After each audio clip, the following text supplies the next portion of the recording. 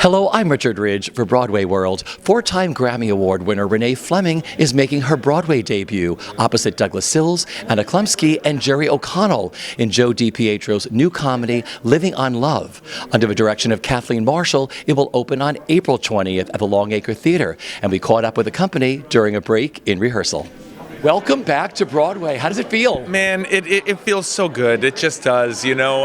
It just feels great. I've been really waiting for my opportunity. I've done a couple of really fun projects, but they've been just off Broadway. And when this call came in, I mean, listen, when they call you to work with La Diva Renee Fleming, that's what I call her. That's what I call her. I mean, how often am I going to have a job where I can refer in all seriousness to one of my coworkers as La Diva? I say, good morning, La Diva. Thank you, La Diva. Have a great night. I mean, it's the best. Hey, La Diva, I'm going downstairs. You want a coffee? I just throw it out there. It's amazing. And they say she's the most down-to-earth person. La Diva Renee is the best. It's really, and you know, I think it's going to be fun for people to see because, you know, people know La Diva Renee as La Diva Renee.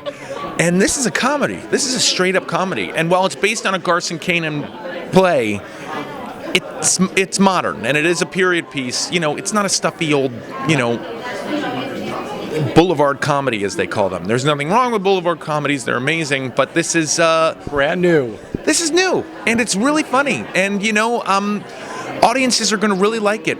You know, being that you guys are all in the know, Blake Hammond and Scott Robertson have amazing musical numbers, you know, with, of course, KM, that's what I call our director, hey, in the know. There are musical elements. Of course, La Diva Renee is going to sing opera. I mean, if you're paying that kind of money, that girl, La Diva Renee, better be singing opera. I thankfully don't sing it. I do lip sync. La Diva Renee doing Tosca. I cannot wait. I do a little Britney Spears, like lip syncing. It's a really fun play. People are going to really, I really believe audiences are going to love it. It's going to be fun. I can't wait to start performing it. And talk about who you play. I play Robert Sampson. So I start off writing the maestro, Douglas Sills. Love that guy. There he is. Hey, Douglas. Forget it. He's ignoring me. He's in the middle of part of the cameras. Yeah. I didn't recognize him with all that makeup he's wearing. Well, first of all, welcome back to Broadway. How does it feel? Well, I don't feel like I ever left because I'm constantly going to visit friends and see shows. So it doesn't feel like I left, but it is, it's like being elected to the Senate. It's like the most exclusive club. And even though you're here doing workshops and, readings, it's not until you're asked to be in another Broadway show that it really hits you how lucky you are. There's just really nothing like it. To grab a hold of a stage door each night and be welcomed in like, hi, welcome to work, it's my dream. I think it's everybody's dream that works here. I saw this in Williamstown. This was hilarious. Tell me what it's been like working on Living on Love. I just love the naked rehearsals. Those are my favorite. You know, and Renee and I do a lot of trust falls to get... No. It's been hysterical. There's an incredible luxury for me to have worked on the show and to have done it in front of an audience for 2 or 3 weeks in Williamstown. Now, the show's going through a lot of wonderful changes, just perking it up and making it even better than it was. And we have a wonderful new player who adds this great energy, Jerry O'Connell. It's just been ideal. There's so much tension usually about what is a new play. And here we sort of know a lot about it from having done it out of town. And not just out of town. Sometimes you'd go out of town, you have to come right in and do it. We've had some months to let it percolate. So it's an incredible luxury. Like, you know, there are many shows that don't even go out of town, like Something Rotten. They're not even going... There's just an incredible luxury to knowing what it is to some degree, especially on a new piece. Oh, yeah. If it's a revival, you sort of know, oh, this is Fiddler on the Roof, this is where this happens. But when it's a new play and you don't know the topography yet, you know, all those performances in Williamstown just are so helpful. So it's been great, and we laugh a lot. Talk about the man that you play. This guy, I play this guy named Vito De Angelis, and he's sort of a combination of Leonard Bernstein and Leslie Jordan. No, Leonard Bernstein and Olympia Dukakis. He's just this ferocious, hot-blooded, moody, capricious genius. And he's had this tremendous career, and he's a great womanizer, and he's married to this star of the first magnitude, like Renee herself. So that's kind of fun. And it's like, it's like Peter Pan. It's like playing the most wonderful, childlike person. He's creative and inventive. He's silly. He's acidic. It's just, that's the way I've made him. I'm sure the next person who plays this character who gets to will be completely different, which is great. There's this wonderful elasticity to the character, and I think it would bear up under virtually any actor who had fun with it. First of all, welcome to Broadway. How does it feel? Oh, it's insane. It's absolutely, I can't even believe the sense of anticipation, and I'm actually really excited about it. I'm scared too, but I'm more excited. Don't be scared. There's nothing more exciting than making your debut. Like walking down your street, opening your stage door. There's nothing like that. Well, and to still have a debut in my stage of my career is pretty exciting in and of itself. A debut, but the sense of camaraderie with this cast has been really extraordinary. And Kathleen is a wonderful, just so collaborative, so warm and nurturing, and she helps me actually feel more comfortable hugely. Take me back to the beginning. How did this all come about for you to do? Well, I was doing love letters with Alec Baldwin at Carnegie Hall for a benefit, and this request to do a reading of the Garson Kanin play came in, and I thought, oh, that would be good practice, and then I could see if I should actually do that or cancel it, because I probably, I've never done anything with my speaking voice before. So it was fun, and they said, well, we actually would like to consider producing this. And I said, well, my schedule, I can't make that much time. We're booked 5 years in advance, So they waited. Kathleen has been so patient and wonderful and really done everything to kind of wait until I could carve out this period of time. And I'm really glad I did, because frankly, it's just so rejuvenating to have a new experience like this. It colors everything, and especially now that I get to pick and choose what I do, and I'm loving this stage. It's just so much fun, when you're not sort of panic-stricken about your next call or your next opportunity. And just talk about working with this cast. Oh, they are such a blast. We had a great time in the summer. Most of us were together, and they all just said, look, relax, we'll carry you, we'll support you, and they did. And they're funny people, too. Our biggest problem is sort of, when are we going to be able to get through this without all laughing? So, yeah, they're really great to work with. Well, welcome back to Broadway. How does it feel? You're so beautiful. This is your second Broadway show, right? Is this number 2 for you? Right? You were in Bullets Over Broadway, and now you're coming back, right? Look at that. You're so beautiful. Oh, that's a diva smile. Welcome to Broadway, my love. How cool is this for you? 2 shows in the same season, 2 Broadway shows. Yeah, it's what all of us actors dream of every time we close a show, that we actually have something else that we know we don't have to worry about the hustle of getting another show. And I hit the jackpot with this. I knew I had another show and in the same theater, and yeah, it's pretty dreamy. I was going to say, and you're in the same theater, the Longacre. Yeah, I'm not even rehearsing. I'm just staying in my dressing room the whole time, and they're going to just do it all around me. So, I'm lucky. I'm rehearsing, don't worry. Totally. Talk about working on this piece. Oh, it's dear fun, because we a lot of us have worked together on this piece before at Williamstown. So there's that kind of reunion feeling. There's that excitement of like, oh, we made this thing, and now let's see if we can make it more and splashier and it's a lot. When you do a new play, in the first place, it's a lot of discovery together. When you do any play, it's a lot of discovery, but then especially with a new play. And so we did that, and then now we just keep getting to discover more together. So it's a really intimate process. I love it. Doug said it was so nice having like that out of town in Williamstown of doing the show, and now coming back and starting again, but you sort of know what it's about. Yeah, we know what it's about. We know what we love about it, and so now I think it's just about discovering, the things maybe we felt like we didn't have the time to flesh out before or spend time on before. It's Williamstown's very quickly paced, so it's. Which is wonderful. I think that's why you get such good work there, because you have to make these kind of do or die decisions. You're just like, well, I gotta go for it, which is always so valuable to an actor and a director and a writer. But then, yeah, being afforded the time after that to just explore more is it's a real gift. It's neat. It's my first time doing a show for the second time. So yeah, Right? Oh my gosh, I mean, this is amazing. I mean, to be in a brand new, fresh, innovative, exciting Broadway play. Are you kidding me? It's amazing. Tell me what you do in the show. I play a character named Bruce. He is a 30-year live-in butler at the D'Angelo's home, and he takes care of their every need, whether he wants to or not. Working on a new comedy by Joe DiPietro. Yeah, that's just that alone is worth gold. He is such an amazing writer and understands comedy so well, and I love the fact that he goes away, comes back with specific things for the people in the room. He writes to your strengths. Smart man.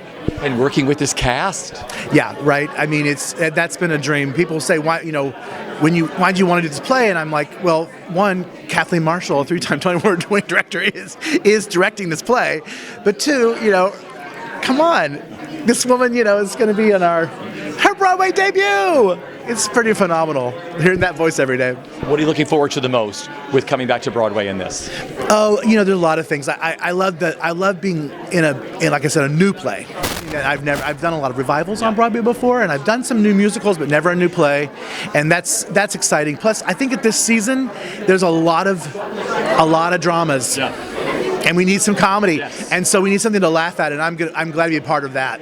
How excited are you to be back on Broadway and living on love? Gosh, I love it. I'm really excited. I mean, it's Renee Fleming, it's Kathleen Marshall, it's Joe DiPietro has written this funny play. Williamstown, they were kind of rolling in the aisles, but we just are having a great time. We're having a great time. I hope the audience is having as much fun as we are. But I think the rewrites are really sharp. I think he's done a great job. Doug Sills, it's like the performance of, oh my God. I was just saying to somebody, I remember seeing him in the One Night Only with On the 20th Century. Remember that with Marin Mazzie? Oh my God. And I think this is the culmination of all that work, and he's getting to do his thing. So I'm thrilled. This is actually, I've done a whole bunch of musicals on Broadway. This is the first time I created a role in a play, and by Joe DiPietro. So, I mean, God, I'm just a huge fan, so I'm thrilled. Talk about who you play in the show. I play Eric in Living on Love. Eric is a servant. He's one of two servants, Blake Hammond and I. And we're not quite, we're not exactly Downton Abbey servants, but Downton Abbey has been our inspiration, for it. And we're constantly referring to Downton Abbey in rehearsal. So, but I'm having a wonderful time. We do a lot of things in unison, and but we surprise the audience. We get to do real things that we get to sing a little, and we get to play the piano a little. We get to, I don't want to kill the surprise, but we end up doing a lot of really, really fun things, which is sort of like the culmination of everything that I have done in my career. I get to do in Living on Love. Welcome back to Broadway. How does it feel? It feels great. This is actually, Living on Love is my first play on Broadway. I've had three musicals on Broadway, so it's been a thrill. And to come back with this show, with Renee Fleming and Doug Sills, Kathleen Marshall directing is just, over the top for me. I had the opportunity of seeing this in Williamstown. Loved it there. What has the whole experience been like for you with working on it now for Broadway? Well, it's great because, Living on Love premiered in Williamstown, but Williamstown, you literally have 3 weeks rehearsal. It was a brand new comedy and a day and a half of previews. So you really, once you're sort of just, this is our first draft. I hope it's not terrible. And it went up, and audiences loved it, and we suddenly were able to come to Broadway with a new cast member, Jerry O'Connell, who is fantastic. And so to be able to actually bring this and actually to tweak it and to make it even funnier, even warmer, even bigger-hearted, has just been a thrill. So we couldn't be, just to bring Living on Love to Broadway now is just a writer's dream come true. How do you describe the play or the comedy? Well, Living on Love is a comedy about a diva played by Renee Fleming, the great Renee Fleming, and Doug Sills, who plays her over-the-top maestro husband, and they both hire young, pretty members of the opposite sex to write their autobiographies. Of course, they wind up falling in love with the young, pretty members of the opposite sex, and sort of they play out their marriage through these young people. Working with this cast, you've assembled a dynamite cast. It's a terrific cast. I mean, Renee Fleming, who is obviously one of the best singers ever, but she's also like a really terrific actress and a funny comedian. And I think she surprised herself how funny she is on stage. Doug Sills, who is a very serious man, who is as funny as they come. I mean, and for Doug's return to Broadway in a big role, he can sink his teeth into, is terrific. Anna Klumsky and Jerry O'Connell, we all know from television, the movies, are both stage creatures and terrific and really funny. And then we have Blake Hammond and Scott Robertson, two Broadway veterans, rounding out the cast as the servants with a secret. So they've been delightful. And we have Trixie playing Puccini, our little Renee's dog in the show. So we have a great cast of 6 humans and 1 canine, and they're as funny a group of people as I've ever worked with. So I couldn't be more thrilled. Joe, what are you looking forward to the most with bringing your new comedy to Broadway? I love hearing an audience laugh. So like Living on Love is a show designed to make you laugh and laugh a lot, and being able to sit in an audience and hearing that is just a thrill for me. I know, my first play, I'm so excited. What has it been like? But when I saw this in Williamstown, it's directed like a musical because of all the comedy. Yeah, well, you know what, it really is a sort of wonderful transition for me because there are a lot of comic elements, there's a lot of physical comedy to this play, and because it's about an Italian symphony conductor and his opera diva wife, there are a lot of musical elements. There's transitions are all musicalized and staged, but there's also a lot of other music, and it's used in sort of, I think, surprising and often comic ways. So. Now, you waited a long time to get Renee, she was telling me, because she did a reading, or you saw her at Carnegie Hall. Yes, we did a reading. This is based on a play called Peccadillo by Garson Kanin, and we did a reading of that, I think, like 3 years ago. And then we all decided that, the bones of something there were really, really interesting and good, but that it was kind of like a first draft of a play that Garson Kanin kind of never really got to finish and develop. So with the estate's permission, we brought on Joe DiPietro, who's kind of just spun it into this wonderful comic gold. He really is like Rumpelstiltskin. I mean, he can just spin anything into gold. And so now and then Renee, we did this production up at Williamstown Theatre Festival, and for her, because obviously opera singers are booked years and years and years in advance, so for her to be able to carve out this time to bring this play to Broadway is really amazing. Tell me what it's been like working with her, because she knew she saw shows, but she knew nothing about the Broadway 8 performances a week, which she cannot wait for. Yeah. And she said a lot of it has to do with you. What's it been like working with her? She is amazing. I mean, she's just the most amazing woman, on stage and off. And what's incredible is to see her sort of her learning curve for this. I mean, she was sort of surprised up at Williamstown, because when she does an opera, you can't change anything. You can't change a note or a tempo marking or a dynamic marking. It's whatever Puccini wrote is what you're going to do. And so the fact that we had Joe DiPietro in the room and we were rewriting every day, and the actors would say, what about this, or can I reword it this way, or we're asking questions about their character. It was amazing. She was like so surprised that we could kind of just rewrite it like that. And the other amazing thing is to see her be in charge of her own rhythm. Because of course in opera, the rhythm's dictated by the score, the composer, the conductor. And so to see her kind of be in charge of her own rhythm, and she has great comic timing, and seeing how she can ride those waves and know when to be still and when to sort of just wait that extra beat more before saying the next line, it's great. You've assembled a brilliant cast. Yeah, they're amazing, and we laugh every day. And we actually, sometimes it's a little hard to get everybody to kind of focus in and actually run something because we're just laughing so much every day.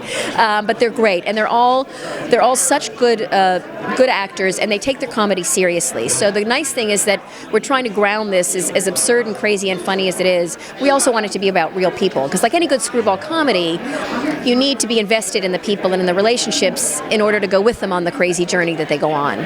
So when you were working on this, when you do a screwball comedy or something, you actually have to get it out of the rehearsal room and stick it in front of an audience to find the actual rhythm, don't you? Yeah, absolutely. I mean, that was the best thing about Williamstown is that, you know, with a new play, especially with the comedy, we had no idea what we really had until we got it in front of people. And now I feel like we have, like when you know you have a gift that you know somebody's going to love, I sort of feel like we have this great gift for a Broadway audience of this play that I think is going to really sort of delight them and surprise them and amuse them. And we can't wait to give it to them. I was going to ask you, what are you looking forward to the most with bringing this to Broadway and playing the beautiful Longacre Theatre?